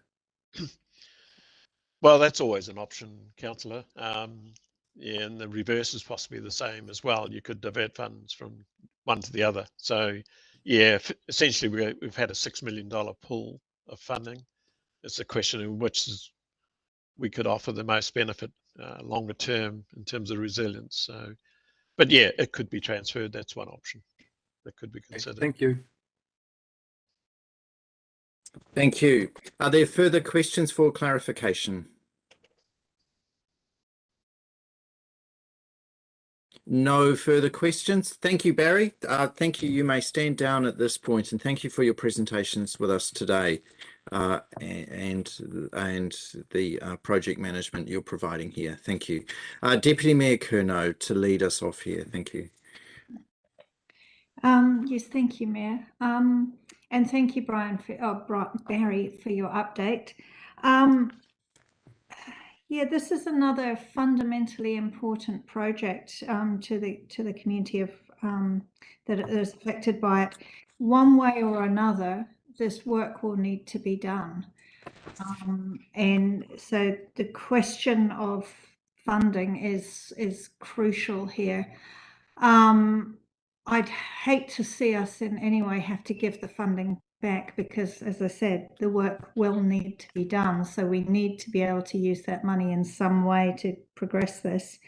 The other point I just want to make is that I can't stress enough how important it is to work with the Drainage Committee on this. Their knowledge and their passion and their willingness to support this project and future projects is absolutely critical. So we must work well with the Drainage Committee on this. And I'm not sure that we've actually we've achieved that in this case. So yeah, I'll just leave that thought there. Thank you. Kia ora, thank you. Picking up on the same points from me, exactly. This is a very, very important long-term project. What we see coming down the pipes, sorry, that was a Councillor Vincentism there, coming down the pipes towards us, but with the RMA reforms and with the Climate Adaptation Act that's coming and the Spatial Planning Act, and the Three Waters reforms, is that the stormwater networks and how the decision making is made for spaces such as the Rapo Drainage District and projects such as this will increasingly, if you like, spiral away from the decision of this council to decisions being made further and further away, but with a local flavour and a local grasp on the ground. It's very, very important that the Rapo Drainage Committee and that ancient drainage board continues to be connected into that future Three Waters entity for decision making and for detailed knowledge, frankly, at a civil defence level twice every day for the entire area of course, the 200 square kilometres, if you like, of our at-risk low-lying areas across Kaihu district, but for the Raupo drainage district in particular. So I'm very, very keen that we, as a council, have very much a future eye on those important responsibilities for the future and that local engagement for that. So thank you for the opportunity for there to be the good work being done here. That's pointed towards that future, which will, as Councillor Curnow has just said, will need to be being done, but not necessarily by this council, but it will still be needing to be being done and being done at a local level with local delivery. So there's some signposts there into that different future and different decision making here. But wishing this project and these significant engineering projects great good luck and Godspeed, because the seas are rising. Kia ora. Are there further statements? Councillor Vincent. Thank you, Mr. Mayor. Yeah, I see it as this plans A, B, and C. And plan A is to try and get the extra funding to enable this project to proceed on the basis of it being funded by a grant. Plan B would be for it to treat that funding from central government as a subsidy to cover the cost, which would be then the balance to be met by a targeted rate over the ratepayers of that area. And I guess option C, even though in my submission to the Three Waters legislation, I told the government that they really didn't want to take stormwater or land drainage water on as part of their brief, that they wouldn't like it, that it may be that this will be something that a project which gets added to the list of projects for the Three Waters program to pick up and eventually get to deal with. So I guess as we work through it, we'll find out which one it's going to be. But certainly is an important project for the area, and not to mention the state highway network. Thank you. Kia ora, thank you. Are there further statements? No further statements. We'll go back to Deputy Mayor Curnow for closing statement here, if you would. Nothing further to add. Thank you, Mayor. Nothing further. All right, thank you. We're putting the noting of this report to the vote now. All those in favour, please raise your hand and say aye. Aye. Against? Carried. Thank you. Thank you. Thank you again, Barry, for your contribution to this morning's meeting, and best wishes out there. Moving on to the penultimate item today, externally funded projects financial overview. So for this item, we I'll put it on the table, Mr. Mayor. Thank you. Councillor De La Varas Woodcock is moving this, and I'm seeking a seconder here. Councillor Wilson Collins, thank you. And Di Miller is going to present this item for us. Kia ora, Di. Brief summary for you. Excuse me, Di, your sound is very, very bad. I don't know. Could you? I'm going to unplug from the system and hope that I don't lose you at the moment. Is that better? It's a little better, yes. Okay, I'll talk. It's better. It's better. Yes, thank you. Yeah, good. Sorry about that. All right. So we're over halfway now in terms of our funding of $29 million. We have spent nearly $17 million, 16,936. So we're 58.22% through that. So we'll continue to claim against the project milestones over the next wee while. Poto obviously will close out this year, and then busy next wee while for Raupo and Stop Banks, I think Kaihu Valley Trail and the Shared Path. So that's about it really. Any questions on financials?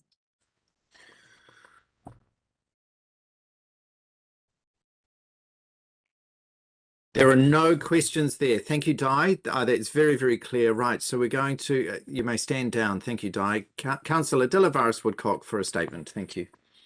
Yes, thank you, Mr. Mayor. Thank you to our Kaipara people who've done this great work. You can see the completed projects in the lovely green boxes, and then the current projects, which we have two projects which have challenges with them. But I just love this format. I love seeing all the work that we've done as a committee and as a team, and well done to all. Thank you. Thank you. Councillor Wilson-Collins. Thank you. Just wanted to thank the staff for creating a really good tool to be able to see the snapshot, this one and the next one as well. And if this committee doesn't exist the next time round, at least we've been presented with the tools that we've needed to be able to govern this PGF and external funding. So thanks very much. Thank you. Are there further statements here?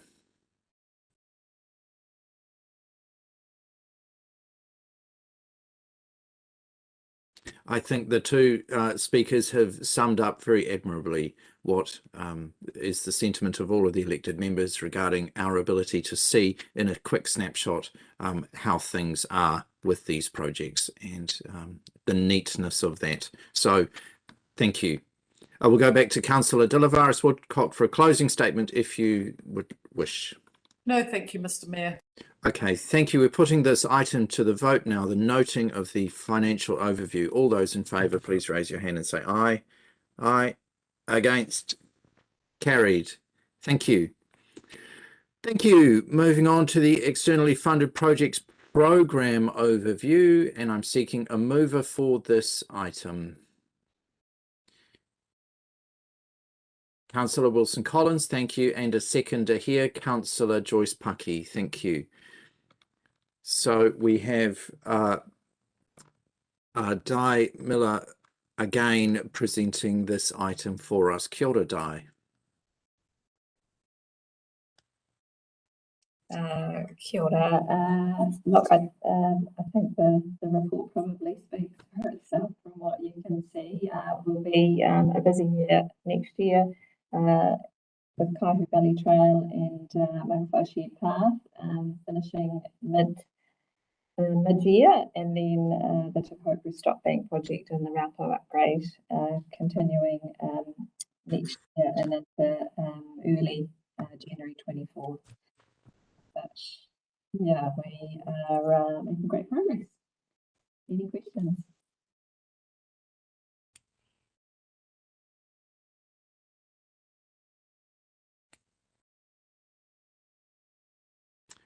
There are no questions at this point, Di. So just before you go, so thank you very much for your project management and communication with us on across again all of these projects, but in this space and the neat reporting of this. So thank you for what you've been doing here, and wishing you all best for the continued progress on exactly the timelines that we've got here on this screen right now. So thank you for that. Thank you. But now we're going to statements for Councillor Wilson-Collins. Thank you. Thank you, Mr. Mayor. You kind of already said it, but I guess I'll just take the opportunity to thank all the staff, all the presenters, all the report writers that have put together these meetings for us over this term, and I think everything else the Mayor's already said. Just wishing everyone the best of luck moving forward, and let's see what the next 3 years brings. Thanks. Thank you, and Councillor Joyce Pucky. Yeah, kia ora. Just a tautoko what has already been said. I know at the beginning of our term we talked about reducing meetings, but this has been one of the most beneficial to stay across this expenditure. Big thanks to the project teams. They've done a massive amount of work in this space, and although we've had some real gut-wrenching moments with not having the money there to do the work, I think it gives us something to go forward on as a district, and seeking external funding options. So well done to the team, and all the best going forward. Thank you. Kia ora, thank you. Are there further statements?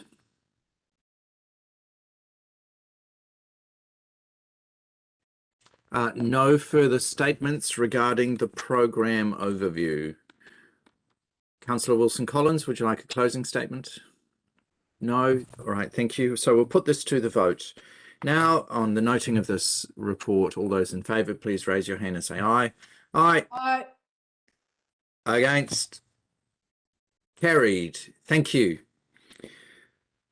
Thank you. So that brings us to the conclusion of this externally funded projects committee meeting, and this is the last of the externally funded projects committee meetings for this council and this term. So I'd like to thank all the elected members for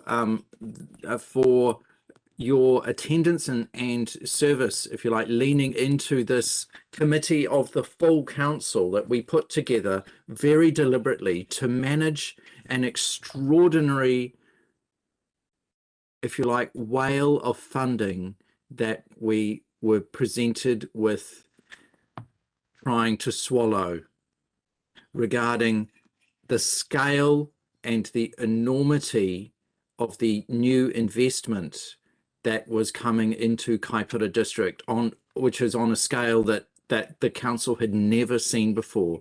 We all took the courageous approach of putting together this dedicated committee to manage that and to govern that and to have oversight across all our expert project managers who have been working through all of these projects through the COVID, picking up PGF funding, picking up infrastructure, group funding, picking up wakakotahi funding as it would come to us and bringing it to the elected members of the council inside this unique structure that I don't know any other council in New Zealand has, as a committee of the council focused simply on not just infrastructure projects, but projects which are externally funded.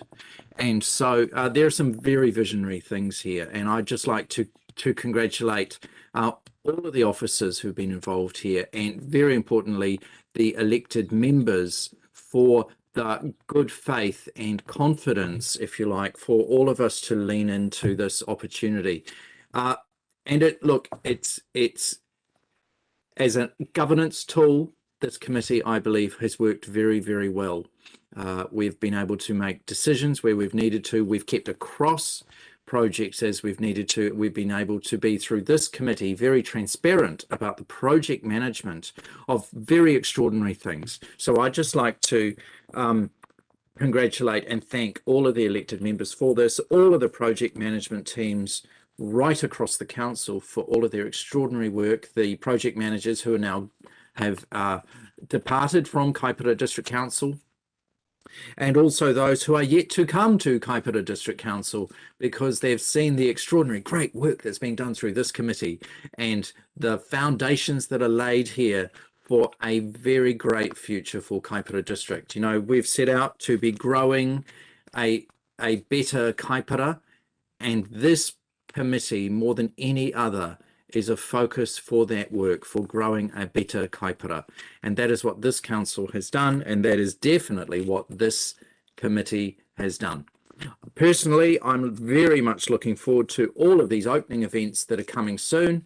And like I say, there are great foundations here, and it is a great example of everyone leaning into an extraordinary opportunity and taking great responsibility and taking that responsibility seriously at governance. So thank you for that and for the good governance here.